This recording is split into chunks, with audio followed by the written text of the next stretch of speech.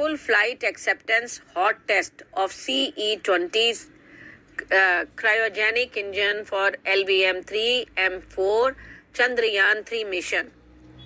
The flight acceptance hot test of the CE-20 cryogenic engine that will power the cryogenic upper stage of the LVM3 launch vehicles for the Chanrayaan-3 mission was successfully conducted on February 24th at the ISRO Propulsion Complex, Mahendragiri in Tamil Nadu.